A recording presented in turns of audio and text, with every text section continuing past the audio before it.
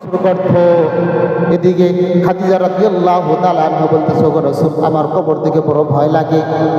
ইয়া রাসূলুল্লাহ, আমার ইচ্ছা আমি মারা যাওয়ার পরে আমার কাফনটা বানাবেন আপনার জুব্বা মুবারক দিয়ে। সুবহানাল্লাহ বলবেন না?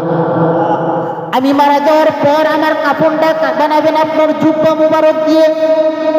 দেখেন, রাসূলুল্লাহ সাল্লাল্লাহু আলাইহি ওয়াসাল্লামের সবচেয়ে কাছের স্ত্রী, প্রিয় স্ত্রী, যার ক্ষেত্রে হযরতে জিবরাইল আমিন বলেন, ওগো রাসূল, আপনার স্ত্রী আর সে তরকারি রান্না করে যখন গাড়ি হিরাইছিলেন রাসূল, হযরত জিবরাইল আলাইহিস বলেন, আপনার স্ত্রীকে দাওয়াত দেন। প্রথম দাওয়াতের কাজ বলতেছে আপনি শোনাইবেন, তুমি যদি কালেমা গ্রহণ করো, আল্লাহ তাআলা তোমার জন্য এত সুন্দর একটা বাড়ি রাখছেন, এত সুন্দর একটা জান্নাত রাখছেন, যেখানে কোনো কষ্ট নাই, শুধু সুখ আর সুখ। বলি সুবহানাল্লাহ।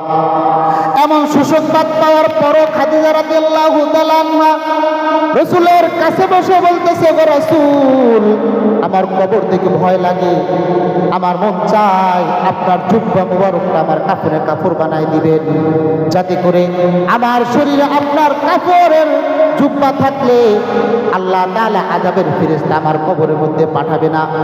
আমরা এখন কি করি?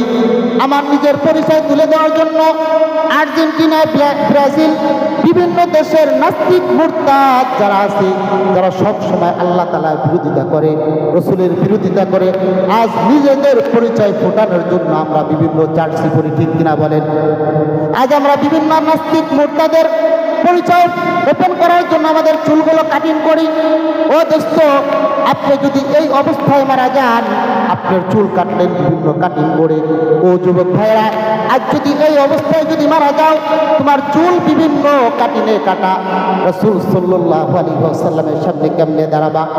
কবরের মধ্যে কেমনে মুনকার নাকির ফেরেশতার উত্তর দিবা?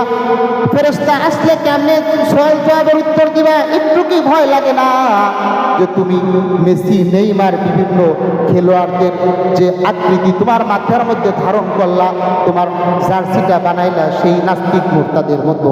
কাল কিয়ামতের দিন যদি তোমাকে জিজ্ঞাসা করা হয়, ওগো আমার উম্মত বলে যে তুমি দাবি করো, আমার সুন্নতটা কয়দিন তোমার শরীরে উঠাইছো, ঠিক কিনা বলেন?